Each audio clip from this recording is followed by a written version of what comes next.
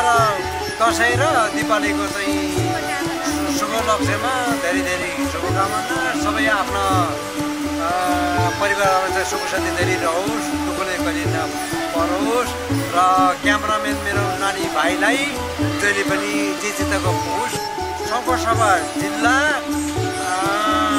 Ward number 8 घर number 8 है। र म सङ्खुवासभा बासिन्दा म गुरुङ। सङ्खुवासभा कहाँनिर भन्नु? शीतलपाटी गाविस। शीतलपाटी गाविस। यसमा बोल्नु पाएको हुनाले मैले बेसी बुझ्छु। मेरो नाम चाहिँ बोलबहादुर सङ्खुवासभा शीतलपाटी। मेरो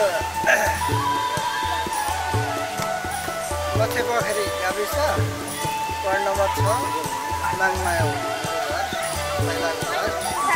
र मेरो नाम चन्द्रबहादुर गुरुङ हो। र यो अहिले 73 सालको दसैँ तिहार हो। शुभकामना।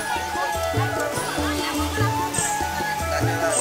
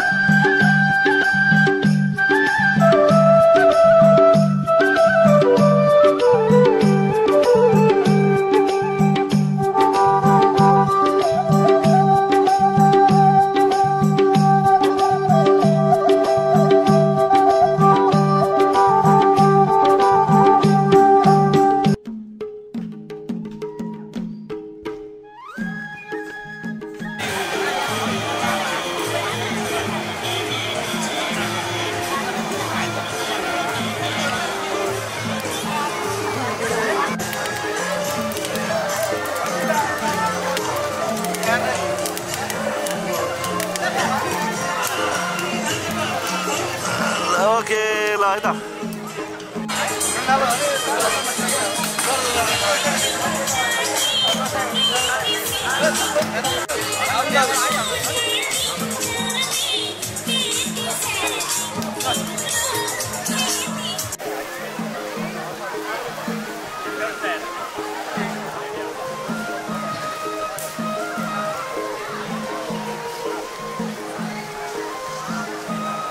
हाम्रो व्यास वितरणको कार्यक्रम सकिएको छ र यसपछि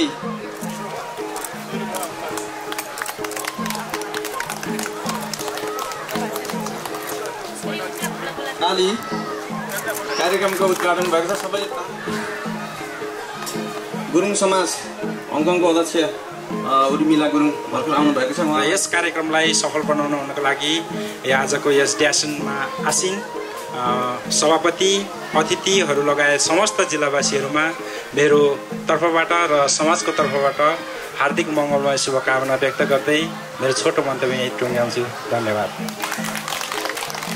हार्दिक मङ्गलमय शुभकामना। हाम्रो समाजको वार्षिक कार्यक्रम दुईवटा हुने गरेको छ, यहाँ सबैलाई थाहा छ। दसैँ र तिहारको सन्दर्भमा देउसी भैलो कार्यक्रम अनि नेपाली नयाँ विक्रम सम्वतको अवसरमा शुभकामना आदान प्रदान कार्यक्रम। शुभकामना आदान प्रदान मात्र गर्ने होइन, हामी बिचमा जुन एक आपसमा रहेर जति यहाँ हामी बसेका छौँ सङ्घर्षवाली, एक आपसमा भेटघाट सम्बन्धलाई निरन्तरता र एक आपसका भावनाहरूलाई सेयर गर्ने कार्यक्रमको रूपमा यसलाई हामीले विकसित गर्दै लगेका छौँ र यसलाई निरन्तरता दिनुपर्छ र निरन्तरता दिने क्रममा छौँ। र अहिले त धेरै नयाँ जेनेरेसन पनि आइसकेका छन्, जुन नयाँ जेनेरेसनलाई पनि हामीले यो कुरो अवगत गरायो भने भोलिका दिनमा पनि जुन सङ्घर्षवालीहरू बिचमा जुन एउटा भावनात्मक सम्बन्ध थियो, जुन एउटा जीवन्त सम्बन्ध थियो, त्यसले निरन्तरता पाउन सक्ने थियो। त्यसैले म त विशेष गरेर नयाँ जेनेरेसनहरूलाई यस्तो परम्परालाई कायम राख्नुहोस् भन्ने म आग्रह गर्न चाहन्छु। समाज यसले 20 वर्ष पुगिसकेको छ। सङ्घ सभादेखि लिएर संसारभरि नै सङ्घ सभाले एकताको बाटोमा हिँडिएको छ भन्ने कुरा हामीले शुभकामना दिइरहेका छौँ। र यसमा जुन हाम्रो जिल्लामा भर्खरै आगो लागि भयो, त्यसको लागि पनि हामीले सहयोग गर्नुपर्ने स्थिति छ। तपाईँहरूलाई हामीलाई जानकारी पनि भइसकेको छ। र हाम्रो समाजले वर्षमा यो मूल समाजले 2टा कार्यक्रम गरिरहेको सम्पूर्णमा ढिलाइ भए पनि 2073 सालको बडा दशैँ तथा दीपावली तिहारको उपलक्ष्यमा हार्दिक मङ्गलमय शुभकामना व्यक्त गर्न चाहन्छु। आयो त्यसमा अग्नि पीडित भएर साथीहरू, हाम्रा आफ्ना मान्छेहरू बडो बिचल्लीमा रहेको कुरा हामीले सुन्नमा आएका छ। हामी स्वभावैले नेपालीहरू दयालु हुन्छौँ। त्यसमध्येमा यो तिहारको बेला पनि परेको छ, कालो कात्तिको ग्रह पनि फ्याँक्नु परेको छ। यसमा त्यति मात्रै होइन, हामीले एउटा सधैँ नै सङ्घ सवालीको एउटा परिचय दिँदै आएका छौँ। जिल्लामा अप्ठ्यारो पर्दा सहयोग गरिरहेका छौँ र सायद यो बेला पनि त्यहाँको मानिसहरूले निश्चय पनि सङ्घ सवाली समाज हङकङलाई पक्कै सम्झिरहेको होला। हामी उहाँहरूको दिल नदुखाउँ, खुसी बनाउन नसके पनि, उहाँहरूले चाहे जति दिएर खुसी बनाउन नसके पनि, तर उहाँहरूको दिल चाहिँ नदुखाउँ भन्ने म यहाँहरू सम्पूर्णमा अनुरोध गर्न चाहन्छु। तर पूर्ववक्ता साथीहरूले बताइसक्नुभयो। अब यहाँ जति पनि हामीहरू नेपालबाट आएका छौँ, पहिलो पुस्ता र दोस्रो पुस्ताका मान्छेहरू हामी छौँ। अब हाम्रो सानो बच्चाहरू यहाँ तेस्रो पुस्ताको उत्पादन भइरहेको छ, जेनेरेसनहरू बढ्दैछ। अब हामी नेपालबाट जति पनि आएका छौँ, अहिलेसम्म हामीले कि सेक्युरिटी कि कन्स्ट्रक्सन भन्दा हामीले त्यो यहाँ मैले अरू धेरै कुरो भनिरहनु त्यति जरुरी देखिनँ। हुनुपर्ने कुरोहरू सबै चाहिँ यहाँको पूर्ववक्ता साथीहरूले चाहिँ भनिसक्नु भएको छ। यसै कुरोलाई चाहिँ के अरे यहाँहरू सबैले चाहिँ आफ्नो तमाम सङ्घ सवाली, गैर सङ्घ सवाली दाजुभाइ तथा दिदीबहिनीहरू, आमा बुवा, बाना बान्जा भाइ बहिनीहरूमा म सङ्घ सभा समाज हङकङको तर्फबाट र म कर्ण कोरङ्गी आफ्नो व्यक्तिगत तर्फबाट यहाँहरूलाई मोरी धन्यवाद दिन चाहन्छु। र आजको प्रमुख अतिथिज्यू, सधैँ सङ्घ सभा समाजलाई माया गरेर सल्लाह दिने मेरा सल्लाहकारज्यूहरू, याक्खा चुम्बाका अध्यक्षज्यू, तमु गुरुङ समाजका दिदीबहिनी समूहका उपाध्यक्ष,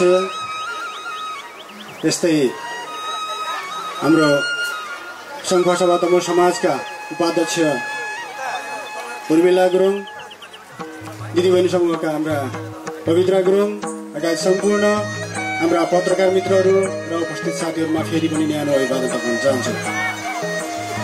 गत साल हामीले यही मङ्किरको मैदानमा भव्यताका साथ देउसी भैलो खेल्यौँ। नभन्दै हामीले आफ्नो जन्मभूमि नेपाल सङ्घ सभामा जिल्ला रेड क्रसलाई एउटा एम्बुलेन्स किनेर दिन हामी सफल भयौँ। त्यसबेला पनि मैले भन्ने गरेको थिएँ, सङ्घ सवालीहरू थोरै बोल्छ, काम धेरै गर्छ। म आज पनि त्यही भन्छु। गत गोरु तिहारको दिन सङ्खुवा सभा माधिमूल खर्गमा अचानक घटना घट्यो। त्यहाँ बेलुकी इलेक्ट्रिक सर्ट भएर 7वटा घर जल्यो र जुन घरमा कसैले केही पनि आफ्नो लाउने लुगा बाहेक कसैले केही निकाल्नु सक्नु भएन उहाँहरूले। हामी आज त्यो क्षणमा छौँ र हामीले त्यहाँ सम्झेका छौँ। त्यसैले गर्दा म तमाम हाम्रा सङ्घर्षवालीहरू गैर सङ्घर्षवालीहरू हामी यो अनुरोध गर्न चाहन्छौँ। फेरि पनि म यस मञ्चबाट भन्न चाहन्छु कि तपाईँहरू केही सहयोग गरिदिनुहोस्। तपाईँहरूले हिजो 2 क्यान बियर खानुहुन्थ्यो भने आज 1 क्यान मात्रै खाइदिनुहोस्, 1 क्यान त्यसैलाई दान दिनुहोस्। म यो अनुरोध गर्न चाहन्छु, यहाँहरूलाई फेरि वर्णन गर्न चाहन्छु। म धेरै नबोलिकन यस कार्यक्रमलाई, यस देउसी भैलो कार्यक्रमलाई सफल पारिदिनुहुन्न र त्यस ठाउँको जुन क्षति भएको 7 घरलाई हामी केही सहयोग गरौँ भन्ने भावनाले देउसीलाई दान दिनुहुन म हार्दिक अनुरोध गर्दै 1101 डलर प्राप्त भएको छ। समाजको तर्फबाट हामी धेरै धेरै धन्यवाद। खड्ग मङमाली गुरुङज्यू, कालेपन 1101 डलर समाजको तर्फबाट धेरै। अर्को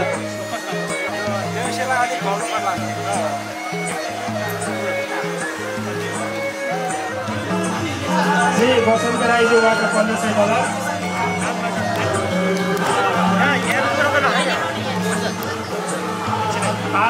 पालेसँग यहाँ भन्नको गाह्रो हो, लाइनमा बस्नु भन्नु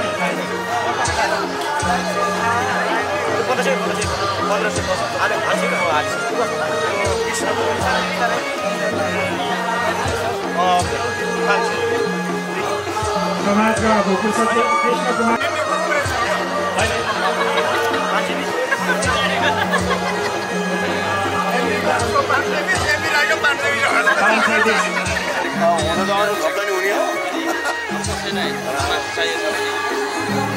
यता हामी स्टेजको दायाँपट्टि मासुहरू फ्रीमा ए हो यता पर मासु बाँड्छु।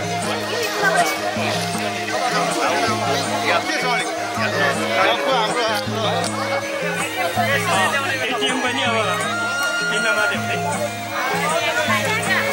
अब हामी यतातिर आयो है, मासु पनि खाने, अब जान्दैछौँ पनि झार्ने केटीकेटीहरूकोबाट यता पैसा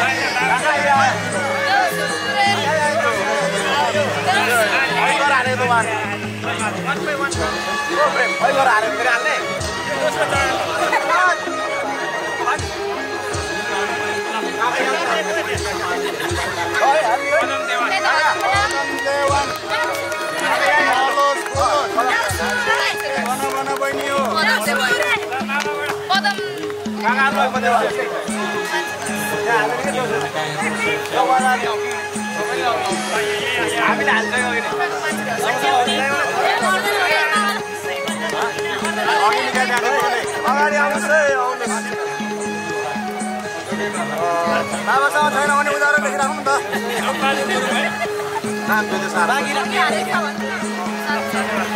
नाम लेखेर आउँ नाम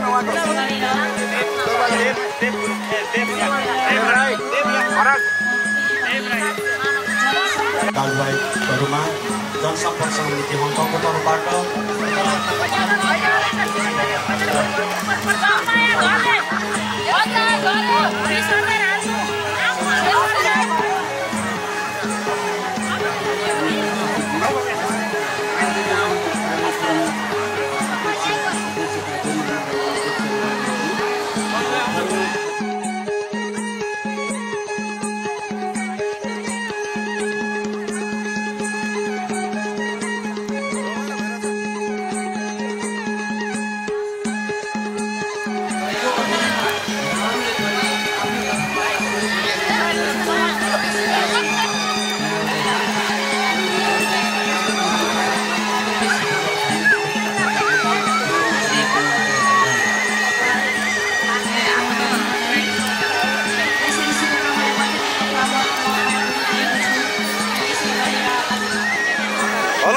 दीपावलीहरू रमाइलो छ नि त होइन?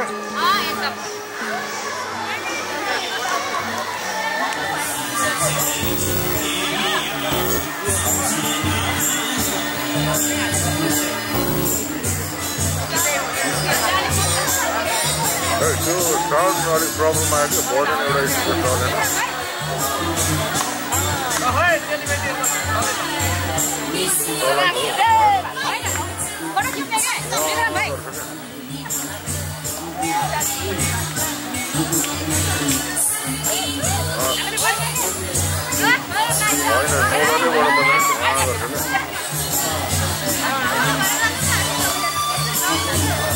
मैले गरेको बन्द त पर्छ अहिले त मात्रै पर्छ कि आज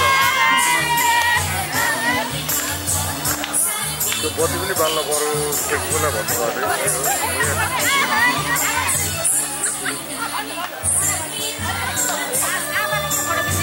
अरे होला